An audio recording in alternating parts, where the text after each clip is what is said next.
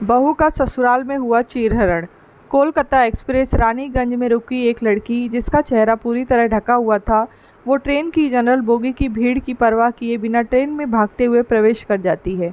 अंदर इतनी भीड़ थी कि ऐसा लग रहा था कि वो कोई शरणार्थी कैंप, ट्रेन में घुसने की भी जगह नहीं थी। उस लड़की ने इधर उधर देखा और फिर ट्रेन के शौचालय में जा घुसी और उसने शौचालय का दरवाज़ा बंद कर लिया। लड़की, बस बस यहाँ से निकल जाऊँ, मैं किसी तरह यहाँ से निकल जाऊँ। वो बहुत ही छोटा स्टेशन था, इसलिए ट्रेन वहाँ 2 मिनट के लिए ही रुकी। थोड़ी देर बाद ट्रेन ने अपनी रफ्तार पकड़ ली। जैसे जैसे ट्रेन अपनी रफ्तार पकड़ रही थी, वह लड़की जिसका नाम चांदनी था, उसकी सांसों की रफ्तार भी धीमी हो रही थी और वो मन ही मन एक उत्सव मना रही थी। उत्सव आज़ादी का, उत्सव स्वतंत्रता का। चांदनी, मैं आज़ाद हो गई, आज़ाद हो गई मैं उस नरक से। चांदनी एक बहुत ही गरीब घर की लड़की थी। उसके पिता बचपन में ही गुजर गए थे। उसकी माँ दिहाड़ी मजदूरी का काम किया करती थी। कभी वो मकान का काम करती तो कभी पुल का, तो कभी सुरंग बनाने का। चांदनी की माँ बीमार भी रहा करती थी, इसीलिए उनके घर का चूल्हा कभी जलता तो कभी नहीं जलता। बहुत ही मुश्किल से उसकी कमाई से घर का गुजारा चलता था। जब चांदनी 9 साल की हुई तो एक दिन उसने अपनी माँ से कहा, चांदनी, माँ, मैं भी तुम्हारे साथ काम करने जाना चाहती हूँ। दोनों मिलकर काम करेंगे तो ज़्यादा पैसे आएंगे। इससे तेरी दवाई भी आ सकेगी और 2 टाइम की रोटी भी। माँ के लाख मना करने के बावजूद वो काम पर जाने लगी। जल्द ही चांदनी अपने काम में एक्सपर्ट हो गई। सुरंग बनाने का काम उसे बहुत अच्छा लगता था, क्योंकि उसमें ज़्यादा दिहाड़ी मिलती थी। हालांकि उसमें खतरा भी होता था। बहरहाल समय अपनी गति से बीत रहा था। चंदा 16 साल की हो गई थी और जैसा कि ही होता है, बेटी की बढ़ती उम्र माँ बाप के लिए एक नई जिम्मेदारी को जन्म देती है। चांदनी की माँ शारदा उसकी जल्द से जल्द शादी करना चाहती थी, क्योंकि उसका स्वास्थ्य अब बिल्कुल भी ठीक नहीं रहता था। अब तो वो सारा समय घर पर ही रहती थी। चांदनी, ये दवा पी ले, दवा नहीं पिएगी तो ठीक कैसे होगी? शारदा, दवा दवा तो सालों से खा रही हूँ बेटी, अब मैं ठीक होने से रही। अब बस यही चाहती हूँ कि आंखें मूंदने के पहले तेरी शादी देख लूँ। लेकिन गरीब बेटी की शादी करना उतना ही मुश्किल है जितना भूसे के ढेर में सुई ढूंढना। फिर भी शारदा चांदनी की शादी की कोई भी कोशिश नहीं छोड़ती थी। इसी क्रम में एक दिन चांदनी की दूर की बुआ शारदा के घर आई। बुआ, अरे पहले सांस तो लेने दे, फिर बताती हूँ सारी बातें विस्तार से।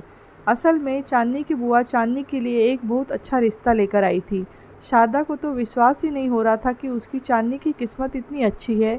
बुआ, अरे शारदा, कितनी बार कहूँ, उन्हें मैंने दिखा दी है चांदनी की फ़ोटो। चांदनी उन्हें बहुत पसंद है। शारदा, और लेन देन? बुआ, फिर वही बात, अरे कहा ना अभी, लोग अच्छे खाते पीते घर के हैं, उन्हें कुछ भी नहीं चाहिए, बस 2 जोड़ी में चांदनी को विदा कर दे। जब ज़िंदगी में सिर्फ दर्द ही दर्द भरा हो, चारों ओर दुख हो, तो उस समय अगर अच्छी खबर भी मिले तो इंसान उस खबर को शक की नज़र से देखता है। शारदा का भी वही हाल था। उसे उस दिन तक चांदनी की शादी की बात पर यकीन नहीं हुआ जिस दिन तक उसके द्वार पर बारात नहीं आ गई। शारदा, बेटी, हम दोनों ने जीवन में बहुत ही तकलीफ़ें देखी हैं। ईश्वर करे तुम्हारे अपने घर में तुम्हारे सारे खुशी मिले। इतनी इतनी खुशी मिले कि तुम अब तक की सारी तकलीफ़ें भूल जाओ। अपनी माँ से ढेर सारा आशीर्वाद लेकर चांदनी अपने पति अजय के घर रानीपुर गई। अजय के पिता का देहांत कुछ साल पहले हो गया था। अजय की माँ लीला देवी बहुत ही कड़क मिजाज औरत थीं। जैसे ही चांदनी ने इस घर में प्रवेश किया तो उसने साफ साफ चांदनी से कह दिया, लीला, चांदनी, ये जो घर है ना, यहाँ के कोने कोने में मेरी हुकूमत चलती है। मेरी मर्जी के बिना यहाँ एक पत्ता भी नहीं हिलता और घर ही नहीं, पूरे रानीपुर में लीला देवी यानी मेरा राज चलता है। इसीलिए कभी भी भूल से भी अपनी मर्जी यहाँ चलाने की कोशिश मत करना। जो चीज़ें यहाँ होंगी उसे आँख मूंदकर स्वीकार कर लेना, और अगर स्वीकार नहीं किया तो तुम्हारी ज़िंदगी नरक बना दूंगी। अपनी सास की बातों को सुनकर चांदनी का सिर घूमने लगा। उसे अपनी सास, जो कुछ दिनों पहले दुनिया की सबसे भली औरत लगती थी, वो एकदम से विलन की तरह लगने लगी थी। शादी के पहले जब लीला देवी चांदनी को देखने उसके घर गई थी और चांदनी ने उसके पाँव छुए थे तो लीला, अरे तुम मेरे पाँव छुओगी बेटी? देखो, तुम उस घर में विवाह करके जा रही हो जहाँ बहू को बेटी की तरह रखा जाता है। चांदनी बेटी, बस एक ही बात तुमसे कहना चाहती हूँ कि अगर शादी के बाद तुम्हें उस घर में ज़रा सी भी दिक्कत हो तो सबसे पहले मुझे बताना, क्योंकि तुम्हारी जिम्मेदारी मेरे ऊपर सबसे ज़्यादा होगी। चांदनी, ज़रूर बताऊंगी माँ जी। लीला, और हाँ, ये लो 3 लाख रुपए, इसे तुम रख लो।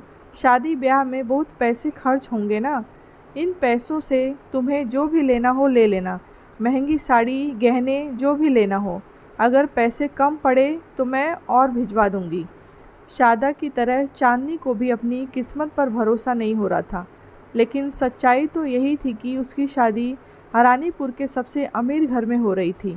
लेकिन चांदनी को ये पता नहीं था कि जिस किस्मत पर वो शक कर रही है उसकी उसी किस्मत ने अपने नुकीले नाखून निकाल रखे हैं, जो आगे चलकर उसकी ज़िंदगी को नोच नोच कर उसके शरीर से लेकर आत्महत्या को दर्द देने वाले हैं।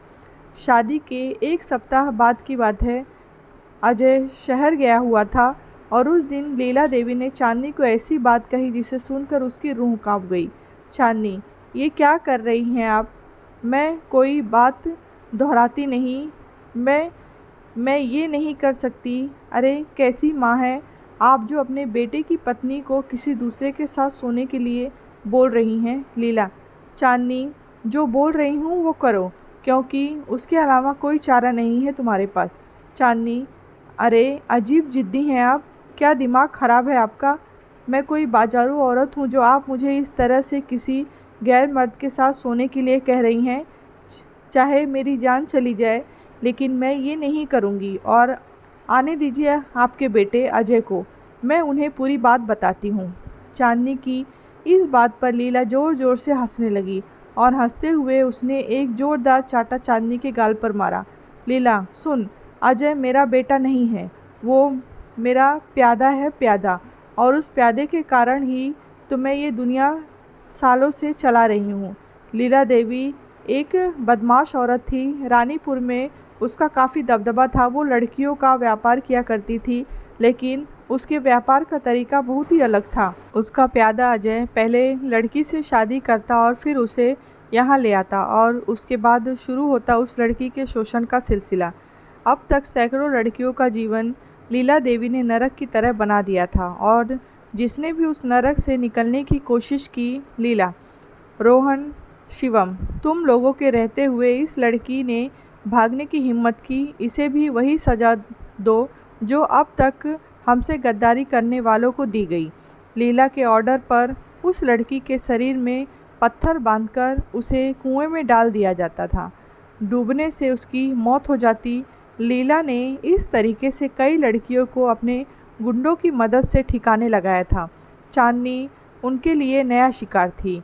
उसका भी शोषण शुरू हो गया। पत्नी के रूप में यहाँ आई चांदनी का चीरहरण हो रहा था। वो हर दिन घुट रही थी, हर दिन मर रही थी, लेकिन शांति से सब सह रही थी। एक दिन उसकी भी बर्दाश्त की सीमा टूट गई और वो वहाँ से भाग निकली। इसका पता तब लगा जब एक ग्राहक चांदनी के कमरे में गया।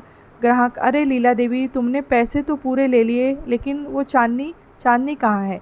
लीला, चांदनी अपने कमरे में है। और कहाँ है? ग्राहक, वो अपने कमरे में नहीं है। ये सुनकर लीला देवी के कान खड़े हो गए। वो भागकर चांदनी के कमरे में गई तो वो गायब थी। लीला, अरे मुफ्तखोरो, कहाँ मर गए तुम सब के सब?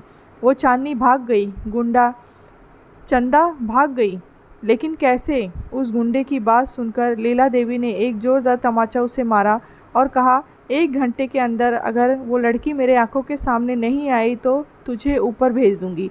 चांदनी की तलाश शुरू हो गई, लेकिन चांदनी तो वहाँ से बहुत दूर जा चुकी थी। चांदनी पूरे 3 साल तक उन राक्षसों के पास रही और इन 3 सालों में उसने सबकी नज़र से बचाकर अपने कमरे में होकर बाहर निकलने के लिए एक सुरंग बनाया। उसने इस काम को इतनी सफाई से किया कि किसी के कानों कान खबर नहीं हुई।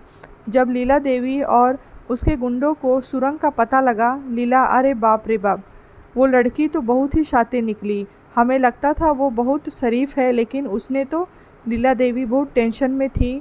उसे अब अपने काम को आगे बढ़ाने के लिए नई लड़की चाहिए थी। दूसरा, उसे इस बात का भी डर था कि कहीं चांदनी पुलिस को उसका राज न बता दे।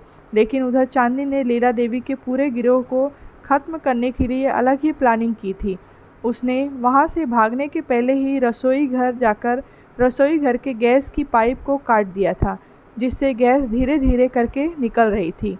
एक रोज़ जब लीला देवी के कहने पर उनका रसोइया खाना बनाने गया और उसने गैस ऑन किया, तो जो एक ज़ोरदार ब्लास्ट हुआ और लीला देवी के मकान सहित उसकी पूरी गंदी दुनिया उसमें जलकर खाक हो गई। कहानी आपको कैसी लगी है कमेंट बॉक्स में बताएं। कहानी अच्छी लगी हो तो लाइक करें, शेयर करें।